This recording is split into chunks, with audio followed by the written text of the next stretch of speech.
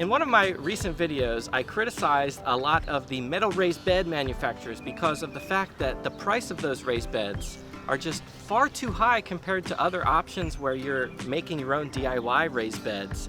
And I've done videos on a whole series of how I made my whole garden. I put 12 3x6 cedar raised beds together for a very, very affordable price.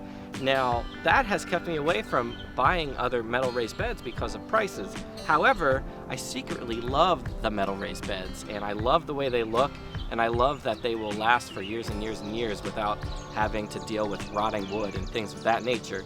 So after I put out that video, one of the very next days, I got an email from a company called QuickTent that makes their own metal raised beds and asked me to review one of their metal raised beds. And after reviewing the prices on their website, I found out that the price is right.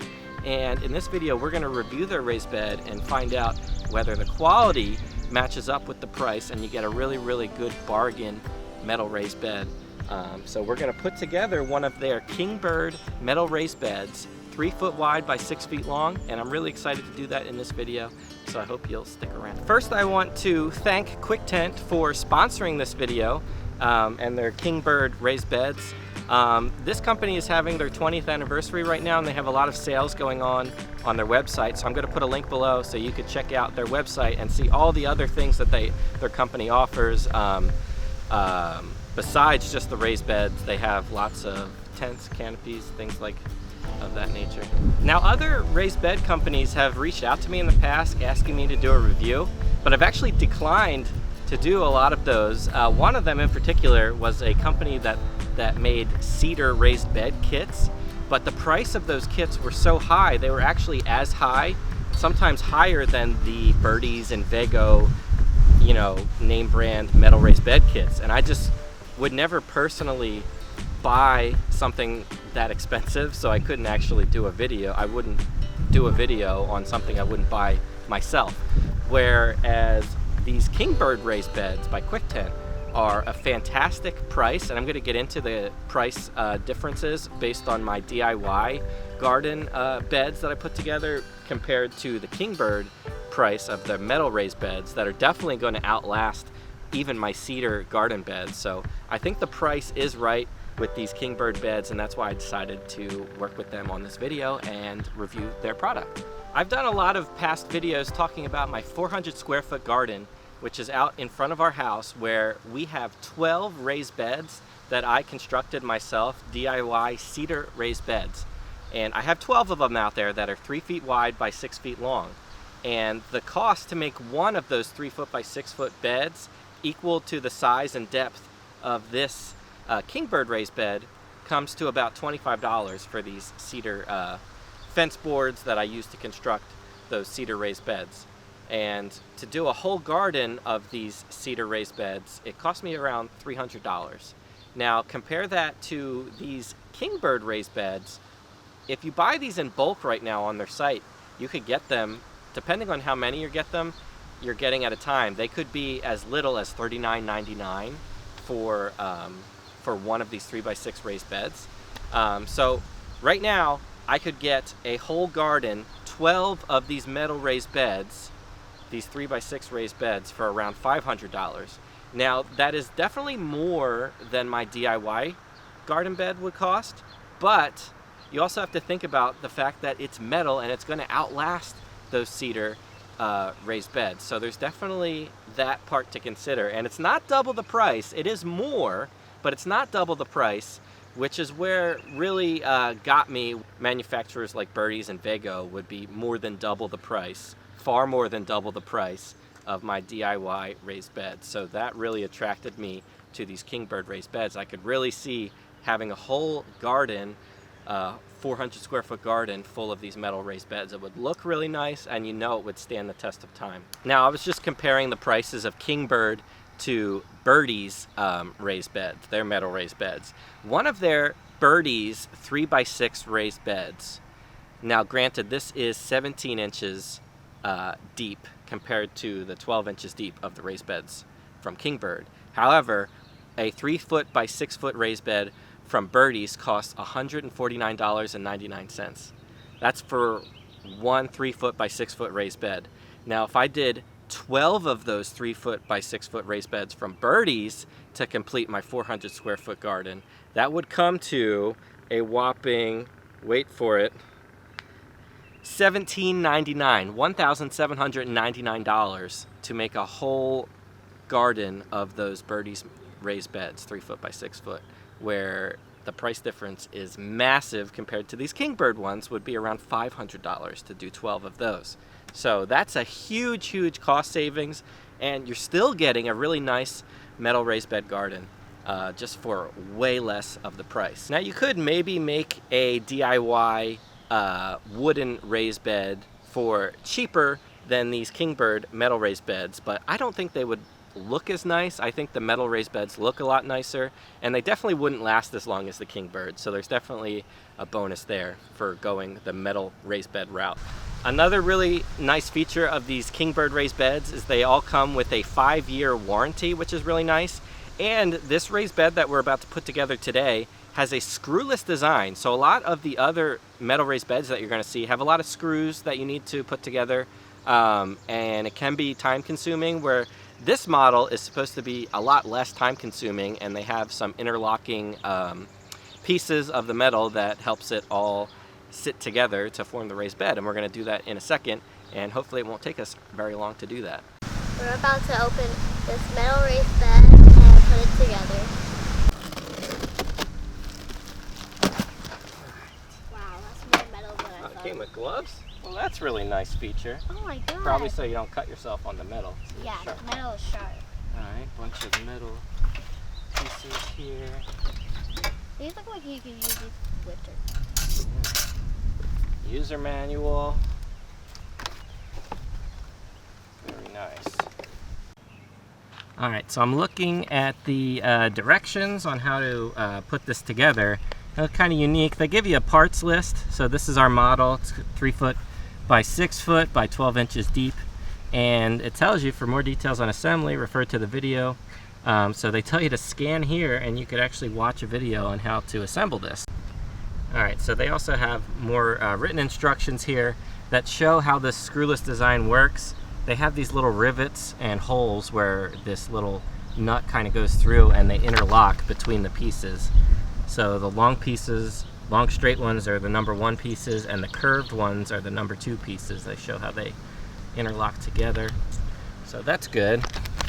Seems simple enough. They have a nice touch of adding these gloves so you don't cut your hands while you're working with these metal pieces. That's nice. I'm just taking a look here at all the pieces. I'm gonna separate. Yeah, I could hurt myself there. Okay, so this piece here actually pivots. I didn't realize that. That makes it a lot easier. So you want to move this piece up on the curved piece. Take this flat piece in. See the holes. Get them locked in, pull them. Oh. There we go. There we go. I got a piece locked together. First piece. Okay. Alright. What's next?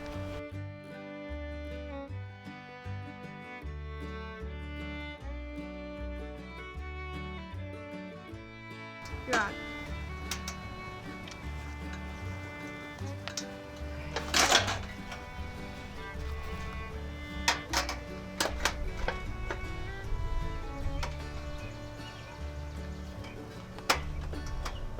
Looks like after this side piece you need.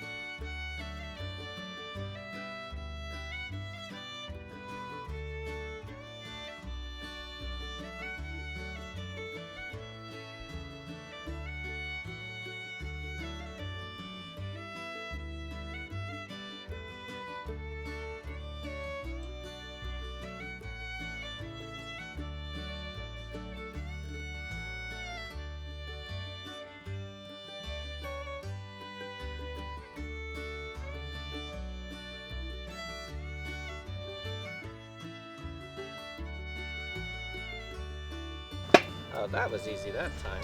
Yeah. Definitely easy. Oh, now I got the hang of it. So we had to put these pieces in here. You just lock them and push them down.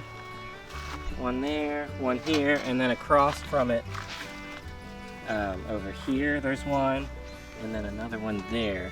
And you put these things across. There's Yeah. these little holes that you... Why don't you show how they go across? So there's little holes here, Yeah. and there's a small part, and these parts go in here. They lock in there. Grab the big part, Uh-huh. and you kind of push down. Yeah. This one goes right here. Yeah. Here, pull that back a little bit. Go ahead. Now all we need to do is use these 3 last little curved pieces to finish the bed, and then we're gonna put these little things on, and then we're gonna be done. And then we're probably gonna plant some cool things in here. I am honestly having some trouble not putting the straight pieces together, but anytime I have a straight piece going into one of these curved pieces, it's a little bit more difficult. They try to squirm away, and this time it's all right. But sometimes it's shown to be a little bit difficult. You get the hang of it after you do this. Like if I were to put together a whole bunch more of these same raised beds, I would be fine putting them together in the future. This first time was a little bit of a learning curve, I guess. I think I'm starting to get the hang of this. You see right here, I actually have a grape tree right here, and there's another one about another 10 feet apart. And there's 2 more on here. yeah, what I'm actually planning to do here, once I have this raised bed put together, I actually want to get another one of these. I'm actually gonna purchase one of these because I really like these, how they look. And I feel like I can't just have one metal raised bed, it needs to have a friend. It should have a friend. Like goats. Like goats, yeah, goat. You can't just have one goat, you need more than one goat. So you have a friend. So I'm gonna get another one of these, the exact same kind, to put over there beside the other grape tree, and then we're gonna join these together with a cattle panel trellis. So that's gonna be in a future video that you should definitely stay tuned for to check out.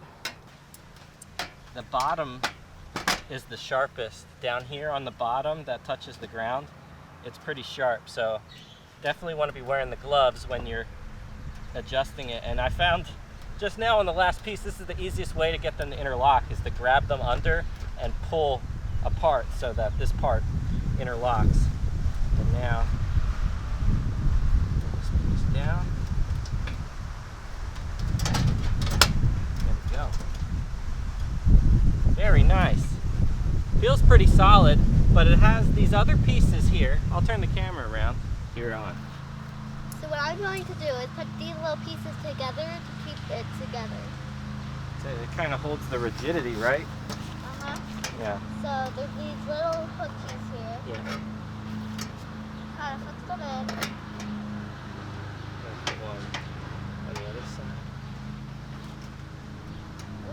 They bend, so it's easier to get in. There you go. Don't cut yourself. And then you'll just, Oh, whoops. came out. And then you gotta watch out for that. Lock them in like this. Oh, that's it. You got it. Then you want to get it straight if you want it straight. Oh yeah, you definitely want it straight. That's Or gotta if be- you want it a little high, if your plants grow a little high, you could lift them up a little bit. All right. Should we put the other one over here maybe? Yeah, let's put those over there. It Yeah, just sure. lays there. Yeah, it's got this little slit here. That's where these Here, I'll parts hold that. hold it. So it keeps the nice width. It'll keep this bed from bowing, which will be nice. It's a problem I have with my cedar raised beds. Got it? And then we gotta lift this one up. Get this one. Oh, it's stuck in the There we Still in. go. And then you put this thing in. Keep it straight. Nice. It's not nice, safe, and solid, but that's alright. I hear it. Yeah. What do you think, Lucy? I think it looks good. I think we'll be planting some cool stuff in here. And probably a little bit of my flowers for my flower farm. Do you think so? Mhm.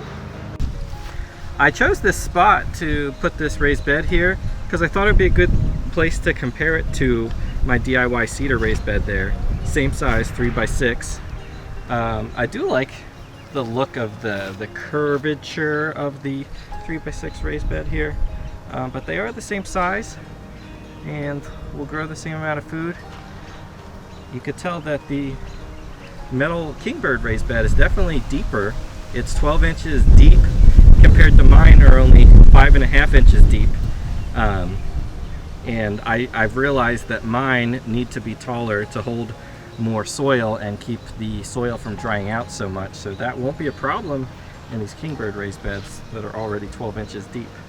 So I'm excited to get some plants growing in here, get some soil in here, and that'll probably be in an upcoming video. One minor criticism of this raised bed, which I really like the way it looks really nice, seems really sturdy, but I did scratch it up a little bit.